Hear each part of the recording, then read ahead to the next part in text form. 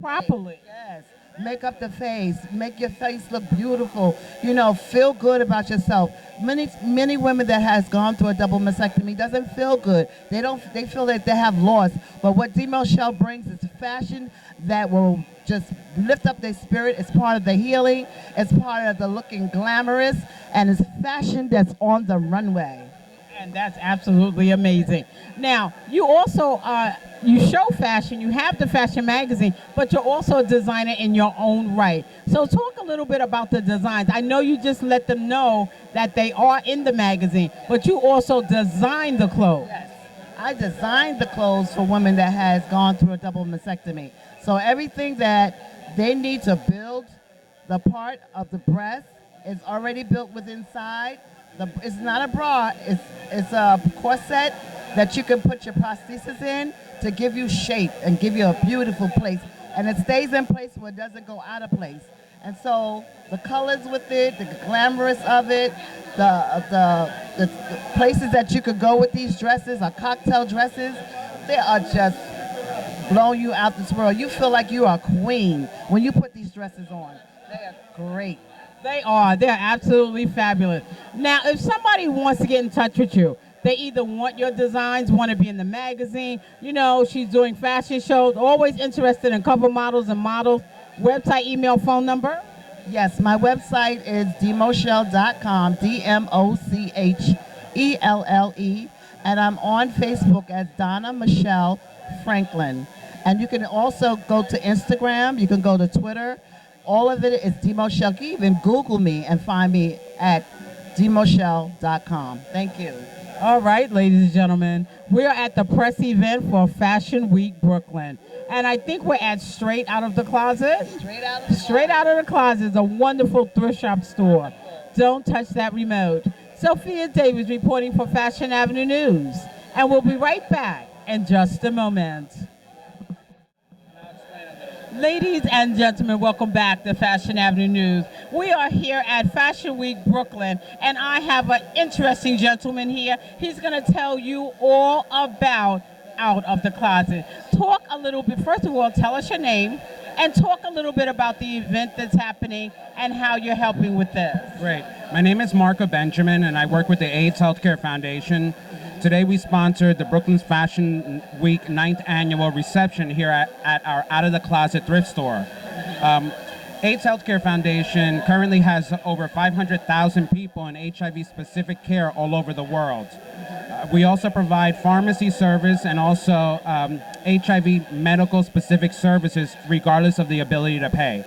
Excellent. One of the unique things about our Brooklyn site is we have what's called the Out of the Closet thrift store, where we're at today, which proceeds of the thrift store and the pharmacy, 96 cents of all proceeds go back into the organization to further the community's work, such as Brooklyn Fashion Week and such as other community players here that are doing the work that we're doing to try to end the epidemic of HIV.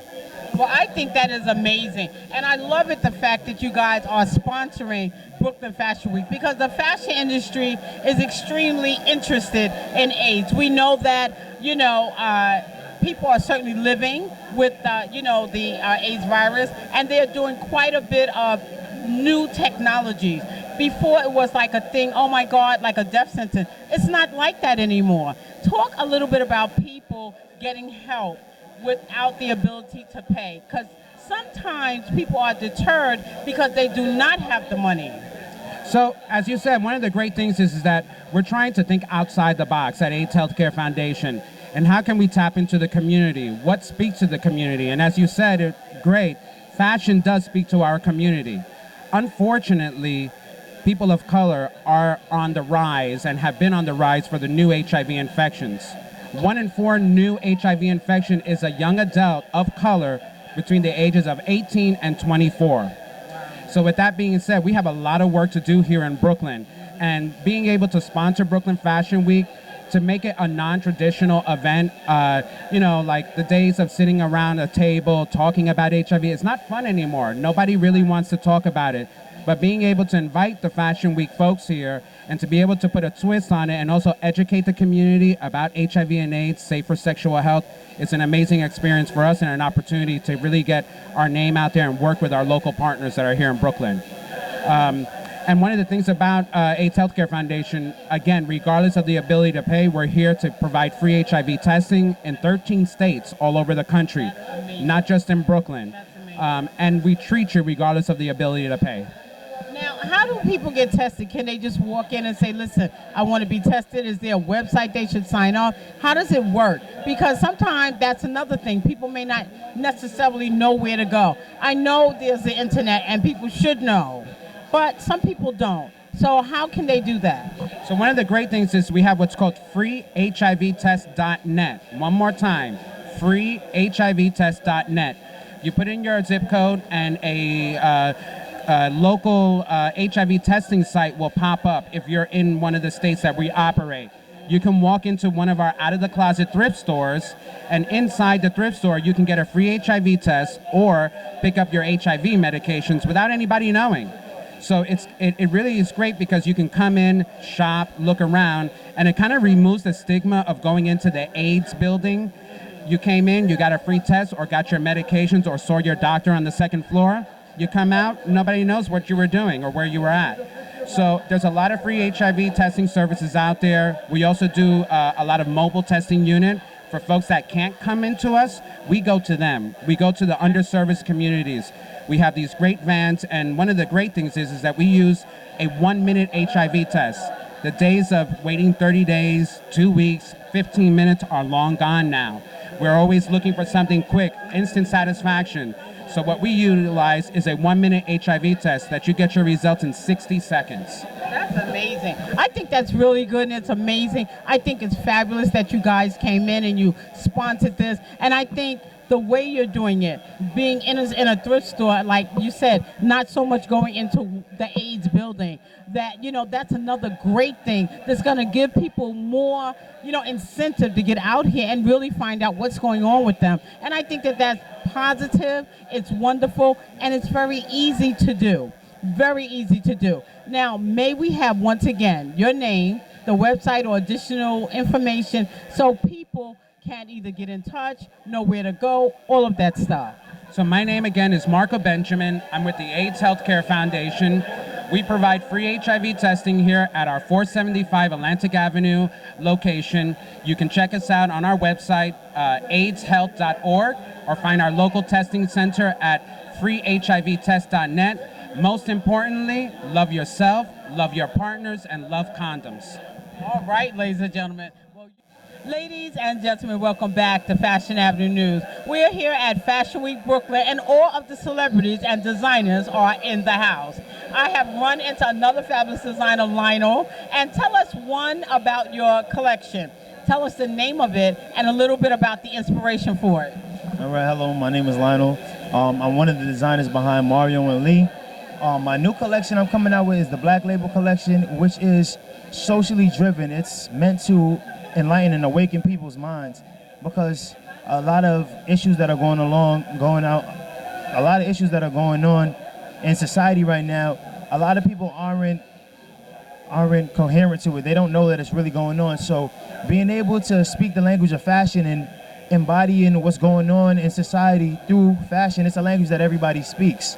So the collection is called the Black Label Collection, and it touches on police brutality, it touches on bullying, it touches on breast cancer awareness, and we have a couple more projects in the works, but I'll keep that quiet.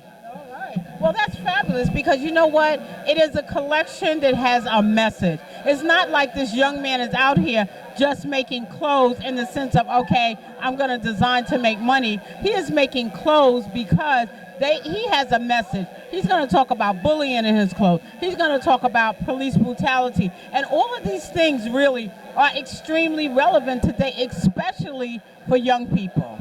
And you're a young man in college, you want to be able to come home to your family. You don't want something to happen where you can't.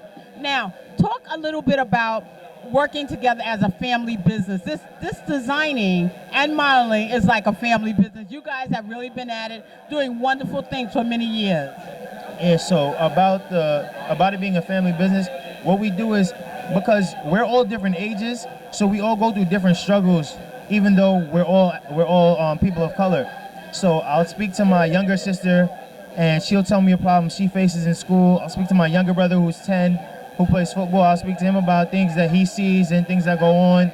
Because, you know, little kids can be harsh. So that's where I came up with the idea for the bullying shirts, because being a 10-year-old kid, kids pick at everything you do. So a lot of the major way that everybody contributes is they contribute what they go through or what they see.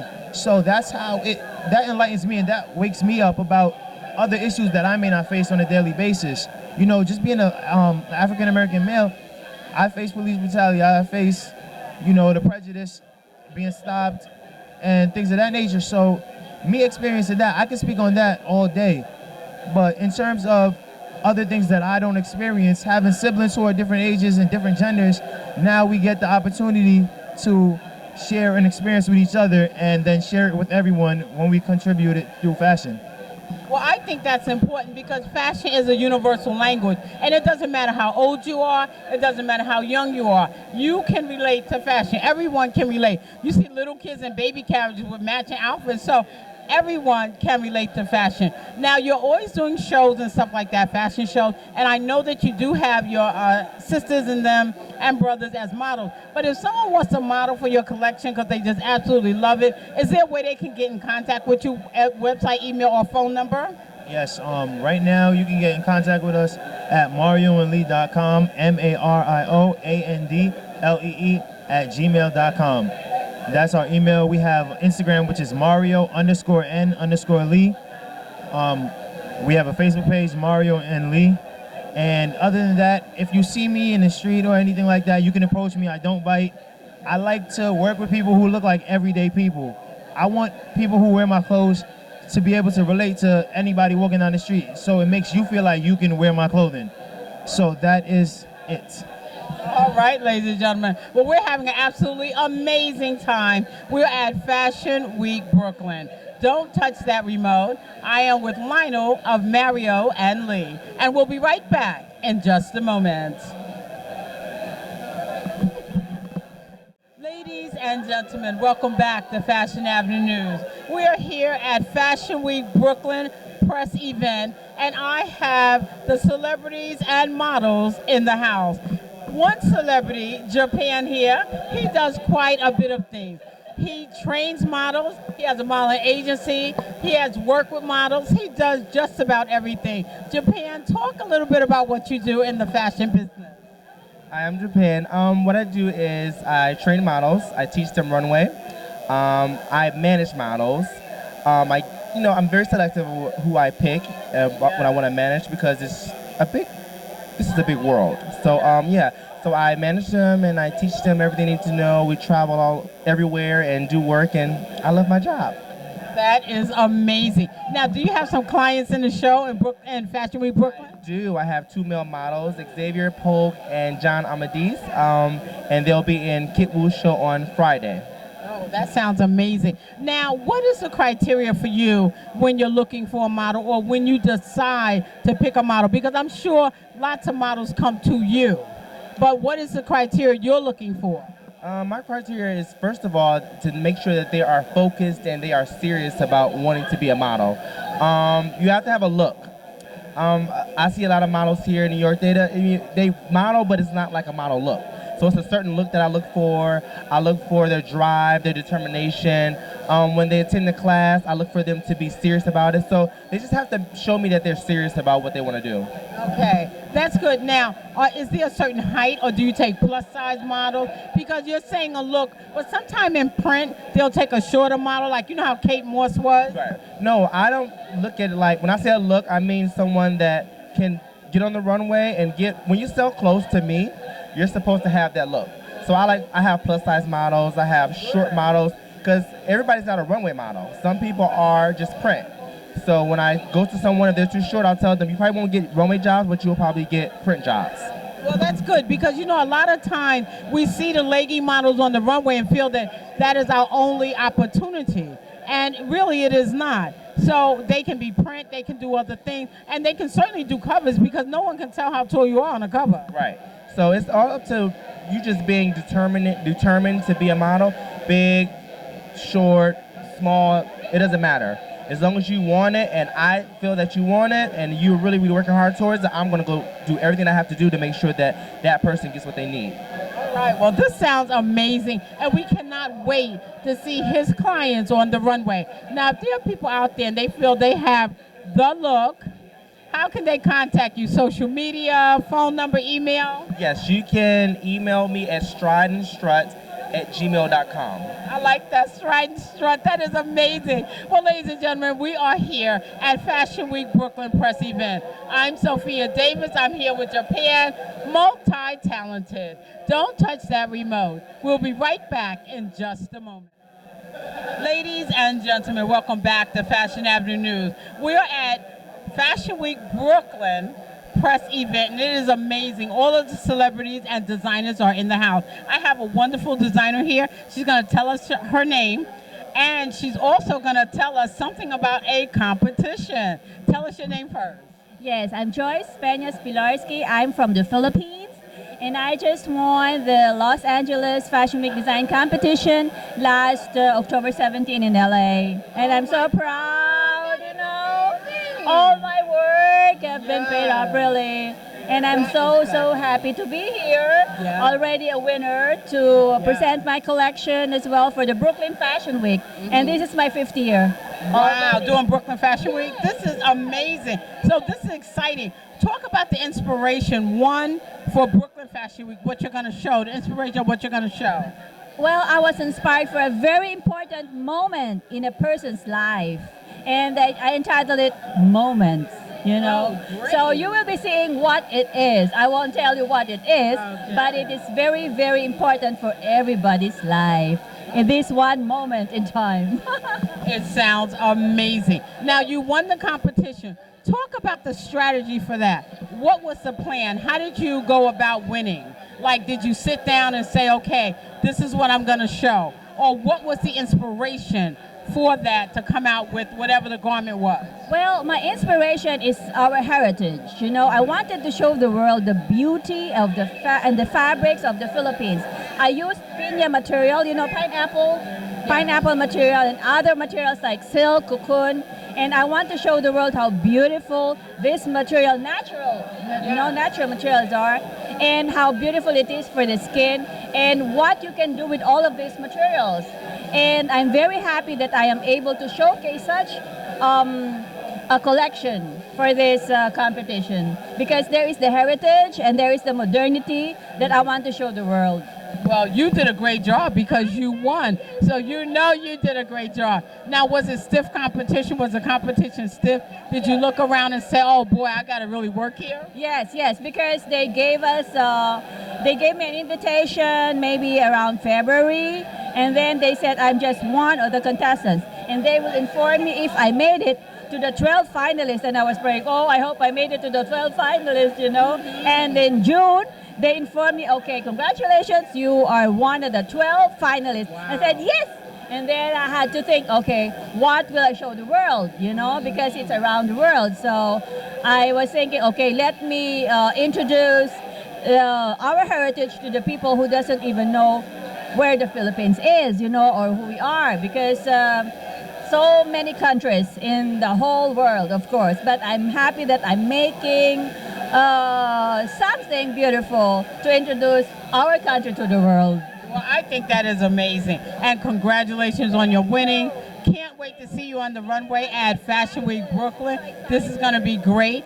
Now, is there a website, email, Instagram, where people, any kind of social media where they can see your designs, get in touch with you? Yes, Instagram, yes, J. Pilarski, and website choicepilarski.com. All right, ladies and gentlemen, we are at Fashion Week Brooklyn Press Event. Don't touch that remote. Sophia Davis reporting for Fashion Avenue News, and we'll be right back in just a moment.